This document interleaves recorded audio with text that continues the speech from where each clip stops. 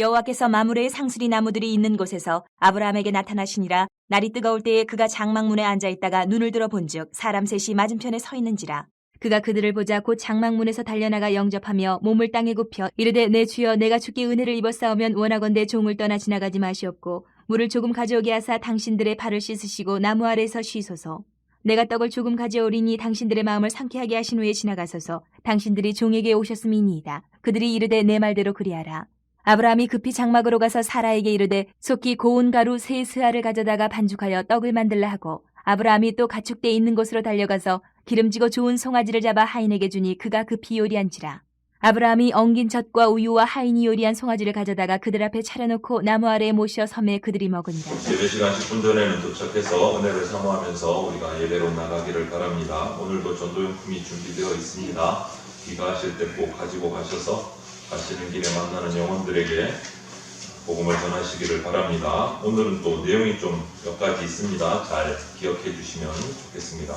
오는 주일은 5월 5일, 5월 첫 주일입니다. 어린이 주일입니다. 정교인 연합예배로 드립니다. 자녀들과 함께 모두 참석해 주시기를 바랍니다. 특별히 교회에 아직 출석하지 않고 있는 우리 어린 자녀들 전도하셔서 유년부 예배가 다시 드려질 수 있도록 기도하면서 우리가 예배하면 좋겠습니다. 그리고 새겨 들어주시면 좋겠습니다. 5월은 다 아시다시피 가족의 달입니다. 사회에서도 가족의 달을 맞이하면서 금요 밤 기도회, 오는 금요일 밤 기도회를 특별하게 불신가족, 자녀를 포함해서 뭐 남편이든 아내든 불신 가족들을 위한 집중 기도회로 금요 기도회를 드리려고 진행을 하려고 합니다. 그래서 오는 금요일 기도회는 불신 가족들의 구원을 위해서 모든 성도들이 함께 나와서 그 시간은 특별히 떼어놓고 주님 앞에 나와서 불신 가족들, 불신 자녀들 위해서 기도하는 시간이 되기를 바랍니다. 금요일 밤 10시 이곳 본당에서 금요 밤 기도회로 드리겠습니다. 그리고 오늘 주보에도 있겠지만 요만한 종이가 있을 거예요. 요만한 종이, 기도 제목 적는 종이 받으셨을 텐데 불신 가족들을 위한 기도 제목을 적어서 나가실 때 지금 현관 입구에 헌금함을 하나 준비를 해 두었습니다. 거기에다가 기록하셔서 기도 제목을 헌금함에 넣어 주시면 금요일 우리가 함께 모여서 기도할 때 같이 함께 부르짖어서 불신 가족들의 구원을 위해서 기도하도록 하겠습니다. 꼭 이 시간 기억하시고 늦어서 피곤하실 수도 있지만 가정의 달 첫 맞이하는 금요 기도에 우리 아직 구원받지 못한 가족들을 위해서 우리가 함께 모여서 기도할 수 있기를 바랍니다. 이때는 다른 기도 제목 다 제외하고 우리 구원받지 못한 가족들, 자녀들, 남편들, 아내들을 위해서 기도하는 시간을 가지려고 합니다. 꼭 다 참석해 주시기를 바랍니다. 그리고 받으셨겠지만 2024년도 교회 요람과 전도수첩이 제작되었습니다. 제가 게을러서 이제서야 만들어졌습니다. 죄송합니다. 모두 한 번씩 꼭 가지고 가셔서 전도수첩과 또 우리 교회 요람이 함께 포함이 되어 있습니다. 그래서 보면 그 내용을 꼼꼼히 읽어보시면 전도를 하기 위한 성경 구절도 들어가 있고 전도 대상자 2명을 적고 기도하면서 준비할 수 있는 공간도 기록이 되어 있습니다. 그래서 올 한해 이렇게 최소한 2명에게는 내가 기도하면서 복음을 전할 수 있도록 그 전도 수첩을 잘 사용해 주시고 또 뒤에는 교회 요람에는 또 우리 직분자 명단, 또 우리 목회 방향, 또 구역원들 주소록이 함께 기록이 되어 있습니다. 우리 구역장을 비롯해서 전부 다 보시면서 기도하시고 자기 구역원들을 위해서 교제 나눠주시면 감사하겠습니다. 혹시 제가 혼자 하다 보니까 오타나 빠졌거나 막 이런 게 있을 수도 있어요. 제가 본다고 수차례 봤지만 시험 들지 마시고 저한테 즉각 와서 얘기를 해주시면 내년도에는 틀림없이 또 수정을 하든가 오타를 수정해서 낼 수 있도록 할 테니까 혹시 빠졌거나 오타가 있으면 저한테 바로바로 말씀해 주십시오. 그리고 6번 5월 달은 뭐가 많습니다. 날들이 기념일도 있고 특별 주일 예배들이 있습니다. 기억하시고 은혜를 사모하면서 이 집회 가운데 나오시면 감사하겠습니다. 먼저 5월 2일 목요일은 우리 예배당, 지금 현재 우리가 예배하고 있는 이 예배당 헌당 기념일입니다. 그 뒤에 적어놓았지만 1989년 5월 2일에 지금 우리 예배당이 헌당이 됐습니다. 그러니까 이날을 기억하시면서 우리가 감사히 이날을 맞이하면 좋겠습니다. 그리고 첫 주일 5월 5일은 금방 광고 드린 대로 어린이 주일이라서 전 교인 연합으로 11시에 예배를 드리겠습니다. 자녀들과 함께 예배 드리면 좋겠고, 또 그 주간 9일은 목요일인데요. 예수님이 승천하신 승천일입니다. 이거 잘 안 지키죠? 우리 교단만 특별히 지키는데 경련으로 함께 모여서 연합 예배를 드립니다. 그래서 작년에는 서울의 대공원에서 모여서 예배를 드렸고, 올해는 또 각 교회별로 알아서 드리는데 우리는 9일, 5월 9일 목요일 새벽 예배를 특별 새벽 예배로 승천 예배로 드리려고 합니다. 그래서 5월 9일 꼭 기억하시고, 예수님이 우리를 위해서 죽으시고 부활하시고 40일 만에 승천하신 날이다 라는 것을 꼭 유념하시고 새벽 예배 가운데 나오기를 바랍니다. 특별한 순서들은 특성과 기도가 있겠지만 다음 주 광고를 통해서 개별 알려드리겠습니다. 꼭 섬겨주시기를 바랍니다.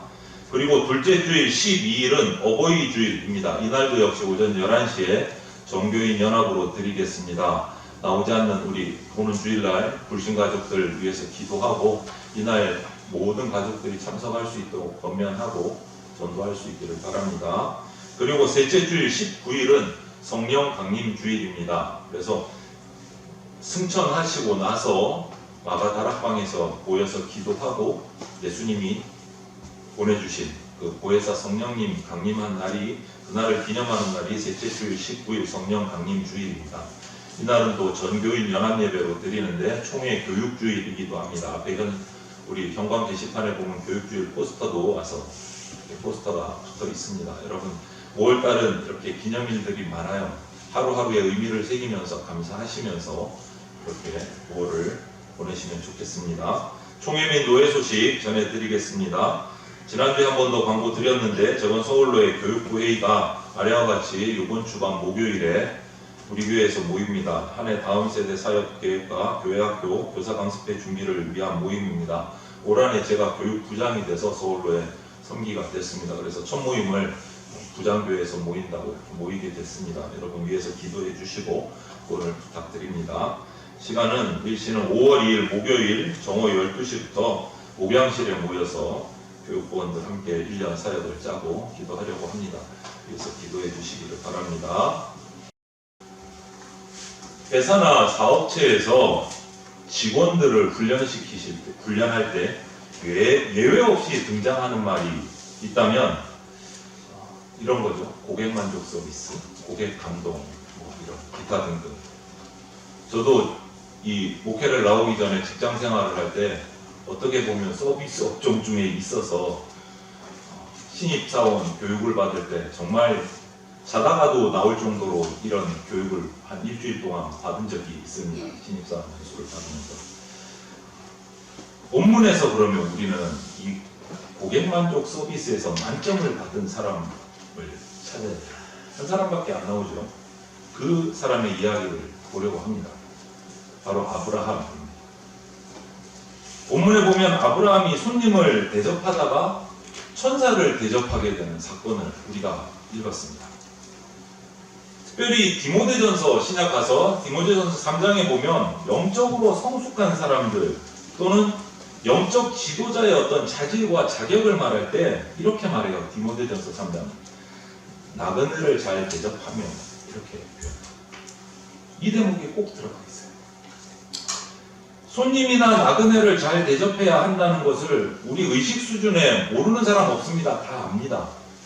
다 아는데 잘 되지 않을 때가 많다. 그래서 오늘 아브라함을 통해서 우리가 배우려고 합니다. 아브라함은 일단 어떤 사람이냐? 한 부족의 족장이에요. 이 당시는 부족 사회였어요. 가문이 한 나라를 또는 한 마을을 이루는 사회였어요. 그 중에 부족이라 하면 그 가문의 최고 수령이에요. 존경받는 사람입니다. 고대 사회에 한 부족의 족장은요, 대접받는 위치고 존경받는 위치예요. 그런 위치에 있으면서도 오히려 길 가는 피곤해 보이고 힘들어 보였던 나그네를 잘 대접해서 우리에게 오늘 아브라함은 귀감이 되는 사람이 돼요. 그래서 우리가 한번 배워보려고 합니다. 여러분은 어떠세요? 손님 대접 잘 하십니까? 네? 반응이 없으시네. 잘 하시는 걸로 믿겠습니다. 네.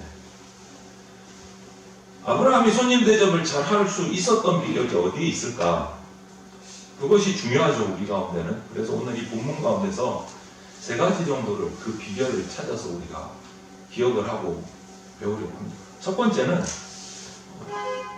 주님을 대하듯 대했어요. 주님을 대하듯. 죽게 하듯 대했어요. 죽게 하듯.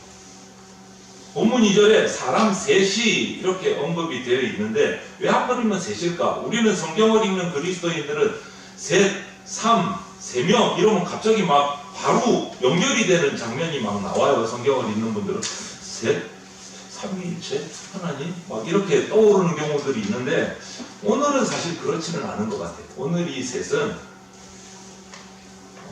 오늘은 18장 말씀을 읽었는데 그 18장에서 19장으로 이어져 가는 이야기인데 하나님이 두 천사를 거느리고 나그네 모습으로 아브라함에게 나타나신 것으로 보여져요. 왜냐하면 19장 1절에 이런 말씀이 있거든요. 이어지는 말씀에 저녁 때에 그 두 천사가 소돔에 이르니 마침 롯이 소돔 성문에 앉아 있다가 그들을 보고 일어나 영접하고 땅에 엎드려 절하며 이런 말씀이 18장 이어서 19장에 나와요. 19장은 18장에서 이어지는 이야기입니다. 단독이 아니고.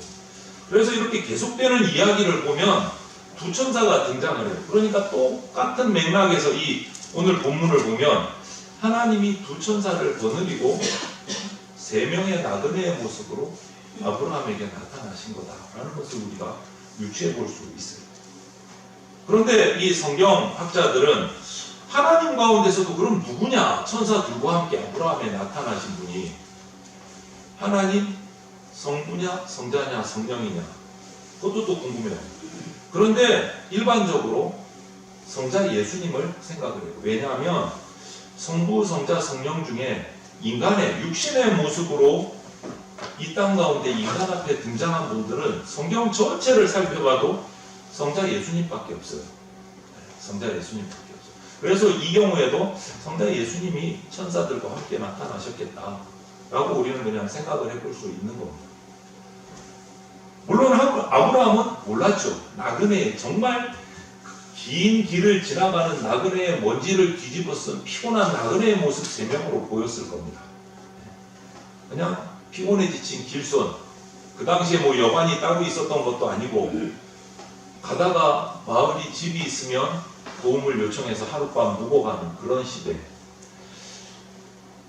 그런데 아브라함이 그 먼지 투성인 그 길손 셋을 오늘 보니까 융숭하게 대접하는 모습을 봅니다. 이르되 내 주여 내가 주께 은혜를 입었사오면 원하건대 종을 떠나 지나가지 마시옵고 이렇게 오늘 본문 3절에 있어요. 우선 어떤 단어를 썼는지 한번 보십시오. 아브라함이 그 먼지 투성이의 길손 나그네에게 내 주여라고 했어요. 내 주여. 이게 무슨 말이지? 이게 쉽지 않은 말입니다. 이 당시 고대 히브리 사회, 중동 사회에서 내 주여라고 이 말을 붙일 수 있는 사람은 정말 아주 존경받아 마땅한 사람에게 이 말을 붙여요. 내 주여, 선생이여, 선생님, 뭐 이런 뜻이란 말이에요. 주여. 그런데 그것과는 합당하지 않은 그 먼 길 가는 그 나그네 세 사람에게 내 주여라고 표현을 해요. 아브라함. 이 말에서 아브라함의 마음 자세를 볼 수 있는 거예요. 하나님, 주님을 대하듯 손님을 대접하는 것을 볼 수가 있어요. 일면식도 없어요. 모르는 사람 3명이에요. 그런데 오늘 2절 마지막 절을 보면 그들을 보자 장막문에서 달려나가서 영접을 했습니다. 자기 집 앞을 지나가는데 달려나가서 붙든 거예요. 자기 집으로 찾아 들어온 게 아니에요. 지나가는데 달려나가서 붙들었어요. 내 주여, 몸을 땅에 굽혀 거의 예배하는 자세예요. 정말 최선, 호칭이나 태도 모두가 최선을 다해서 정성스러운 영접을 대접을 하고 있다라는 것을 우리가 보게 돼요. 이것이 죽게 하듯 하는 모습이다. 죽게 하듯. 매우 일관성 있는 거예요. 이것이 우리 그리스도인들, 저와 여러분들의 생활 태도에도 성경에 강조가 되어 있습니다. 저도 안 되는 부분들이 있어서 참 마음 아프지만 저도 이제 정신을 바짝 차려야겠죠. 골로새서 3장 23절에 이런 말씀이 있어요. 무슨 일을 하든지 마음을 다하여 주께 하듯 하고 사람에게 하듯 하지 말라. 이렇게 말했습니다. 어떤 일을 하든지 주님이 나에게 이 일을 맡기셨구나 하는 그런 마음 자세를 가지고 그 일을 감당하면 좋은 열매가 맺어지죠. 여러분, 그렇지 않겠습니까? 또 마태복음 25장 42절부터 43절을 보면 마지막 심판날에 심판주로 오신 예수님께서 우리에게 이런 질문을 하신다고 기록이 되어 있어요. 내가 병들었을 때 너희들 나 어떻게 대접했니? 내가 감옥 갔을 때 너희들 나 어떻게 대접했니? 내가 나그네였을 때 너희들 나 어떻게 대접했니? 이 질문을 하신대요. 그러니까 그 마태복음 25장 44절에 보면 그 말을 들은 사람들이 이렇게 질문을 합니다. 심판주로 오신 예수님께, 아니 주님 언제 병드셨어요? 언제 감옥 가셨는데요? 언제 피곤한 길손이셨습니까? 저는 모르겠는데요. 이때 주님께서 유명한 말씀을 남기십니다. 지극히 작은 자 하나에게 하지 아니한 것이 곧 내게 하지 아니한 것이니라. 이렇게 말씀하셨어요. 여러분, 좀 두렵지 않습니까? 섬뜩하지 않습니다. 이것이 대인관계의 중요한 원리를 보여주고 있는데, 우리가 무슨 일을 하든지 누구를 만나든지 주님께 하듯 한다면 우리 생활의 모습은 정말 많이 달라져요. 어떤 여러 가지 핑계를 대고 역사적인 어떤 정신적인 핑계를 대기도 하는데, 수직적인 차원과 수평적인 차원이 딱 둘로 나누어져 있어요. 둘로. 이게 무슨 말이냐면, 우리 한국 교회 성도들은 하나님을 찬양하는 거, 하나님을 경배하는 거, 하나님을 열심으로 섬기는 거, 이 수직적인 차원에는 너무너무 강하게 잘합니다. 강력합니다. 정말 잘합니다. 그런데 수평적인 면, 대인관계, 성도들과의 관계, 지체들과의 관계, 이웃들과의 어떤 돌봄의 이 수평적인 차원에서는 상당히 약한 부분들이 있어요. 이 수직과 수평이 균형을 이루어야 되는데 차이가 너무 많이 나요. 이 두 가지를 우리는 분리해서 생각하는 경향들이 있어요. 우리 성도들, 저와 여러분들도 마찬가지예요. 그런데 주님의 말씀을 한번 들어보십시오. 마태복음 25장 45절 다시 한번 더 읽어드립니다. 지극히 작은 자 하나에게 하지 아니한 것이 곧 내게, 예수님께 하지 아니한 것이니라. 예수님은 수직적인, 수평적인 모든 것을 하나로 생각하세요. 하나. 따로 생각하지 않으십니다. 분리되지 않아요, 이 두 가지가. 그래서 우리가 지나가는 길손을 포함해서 내 주변에 있는 모든 이웃들을 정말 주님께 하듯 대한다면 우리의 삶이 정말 많이 바뀌고 아름답게 바뀐다. 저는 아브라함이 오늘 이 평범한 길손으로 보였던 피곤한 세 사람을 정성껏 대접할 수 있었던 것은 딱 이런 마음이라고 생각합니다. 주님께 하듯 정성을 다하자는 마음. 일면식도 없는 새 길손이 먼지를 뒤집어 쓰고 지나가지만 그들을 주님이라고 생각하고 대접합니다. 호칭에서도 볼 수 있고 태도에서도 볼 수 있고. 근데 우리는 다른 사람이 죽게 하던 나를 대해주기는 원하지만 나는 어떻습니까? 죽게 하듯 다른 사람을 대하고 있습니까? 한번 생각해 봐야 돼요. 이 아브라함의 모습을 보면서. 두 번째는 고객 만족 서비스. 두 번째는 사람의 마음까지 기쁘게 하고자 한다. 최선의 서비스. 죽게 하듯 첫 번째. 두 번째는 죽게가 아니고 사람의 마음까지도 기쁘게 하자. 오늘 4절 말씀을 보면 본문에 물을 조금 가져오게 하사 당신들의 발을 씻으시고 나무 아래서 쉬소서 이렇게 기록되어 있어요. 중동 지방은 건조한 지역이기 때문에 한번 외출을 하면 먼지가 많아서 손과 발톱 온몸이 먼지로 뒤집었어요. 혹시 그쪽에 성지순례를 갔다 와 보신 분들은 그런 상황들을 실제 경험하셨을 수도 있겠지만, 그래서 이 중동 지방에 자기 집에 손님이 오면 제일 먼저 하는 건 뭐냐? 실내로 들어가기 전에 현관 앞에서 발 씻을 물을 대야에 떠서 가져다 주는 것이 첫 번째 대접이에요. 손과 발을 씻고 먼지를 씻어내고 실내로 들어가요. 이것이 손님을 대접하는 관습이에요. 그것이 최선의 서비스라고 볼 수는 없겠지만 그 다음 5절을 보십시오. 그리고 나서 내가 떡을 조금 가져오리니 당신들의 마음을 상쾌하게 하신 후에 지나가소서. 당신들이 종에게 오셨음이니이다. 그들이 이르되 내 말대로 그리하라. 이렇게.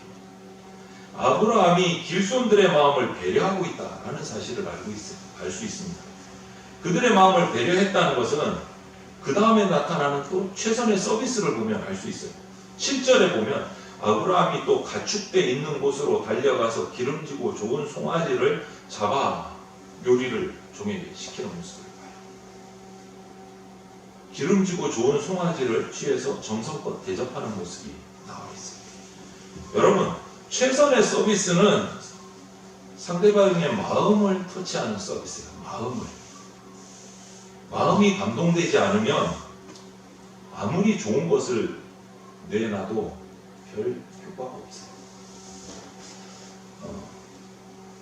이런 예화가 얘기들이 있는데요. 오헨리라는 작가가 쓴 견자의 선물이라는 책의 단편 이야기에 있는데 선물에 관한 좋은 이야기를 해서 제가 소개를 합니다. 성탄절이 가까워서 남편이 아내에게 선물을 몰래 서프라이즈 선물을 하려고 고민을 하다가 아내의 머리가 길고 너무 아름다운 머리카락을 떠올리면서 그 머리에 맞는 머리핀을 하나 좋은 걸 장만을 해야지 하고 이제 선물을 사러 가서 어울리는 머리핀을 하나 장만을 했습니다. 아내는 또 성탄절이 가까워 오니까 이 변변찮은 살림이지만 남편을 위해서 그 선물을 뭐 하나 준비해야지, 서프라이즈 남편물.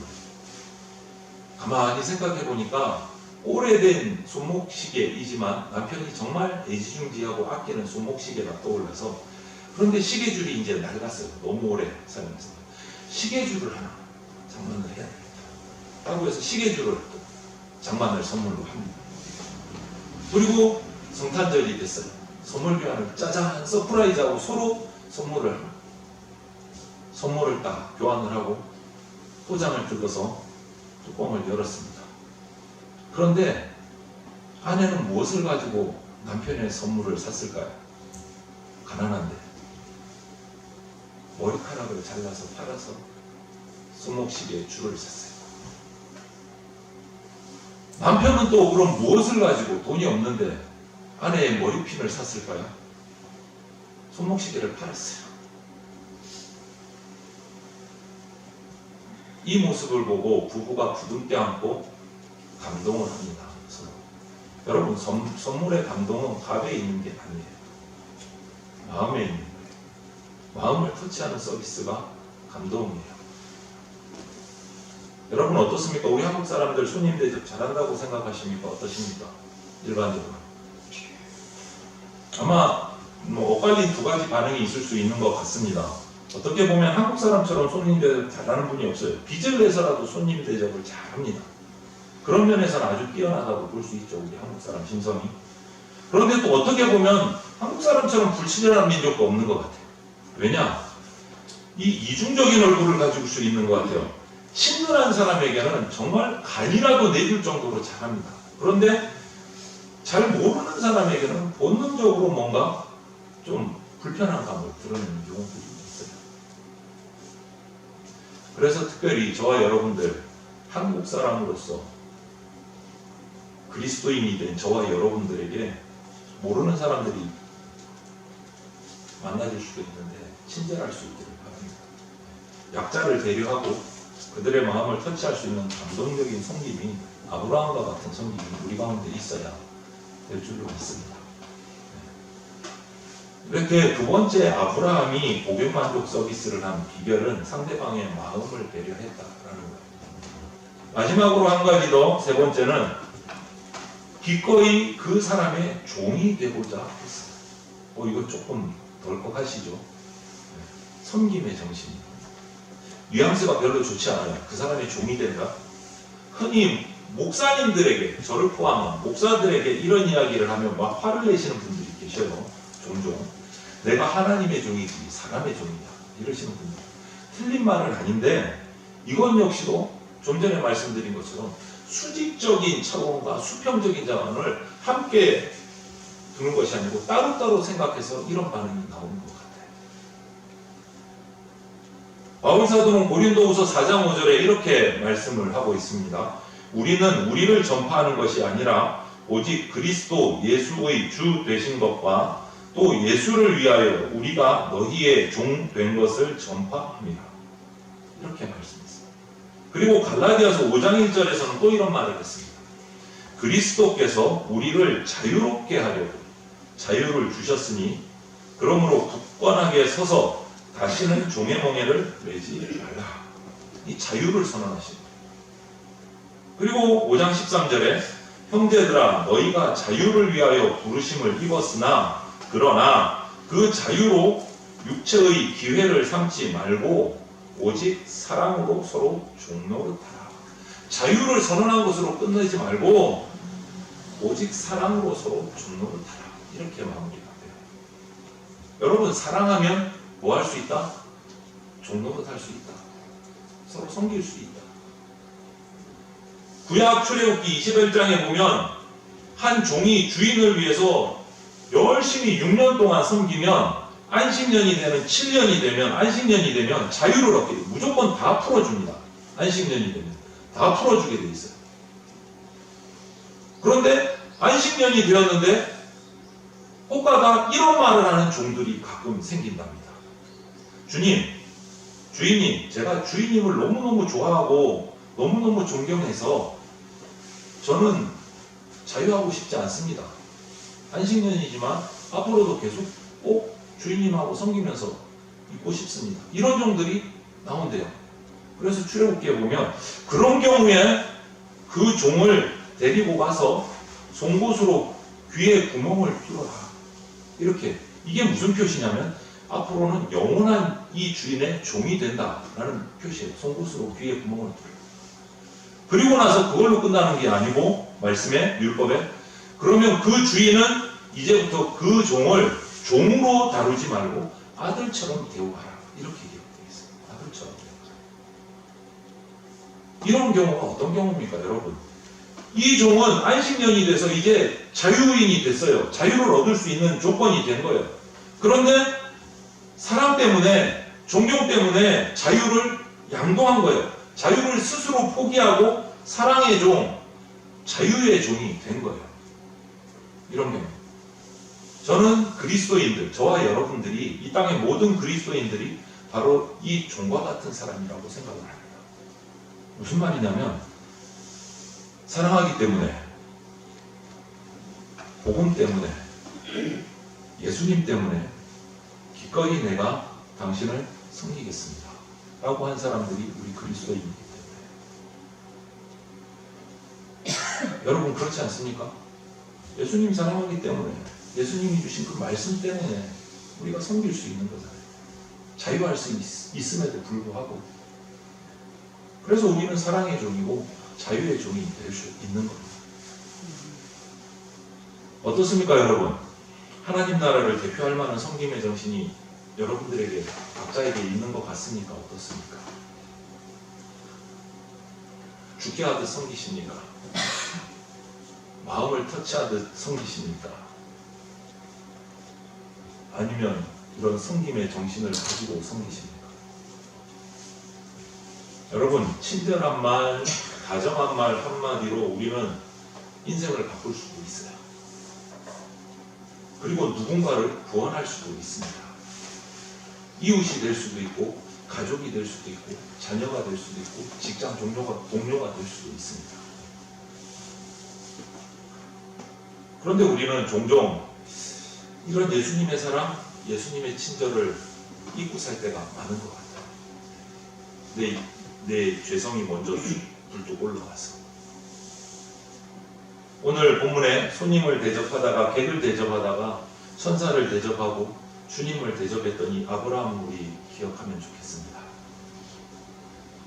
이웃을 기쁘게 하는 것이 하나님을 기쁘시게 하는 것이고 또 나를 기쁘게 하는 것이다 라는 것, 이것이 오늘 설교 제목 고객 만족 서비스, 고객 감동입니다. 이러한 고객 감동 서비스를 바로 주님께 하는 섬깁니다 라는 사실을 우리가 앞으로 한평생 잊지 말고 그 섬김의 정신으로 우리가 섬기며 살아갈 수 있는 저와 여러분들이 다 되시기를 주님의 이름으로 축원을 드립니다. 아멘. 함께 기도드리겠습니다.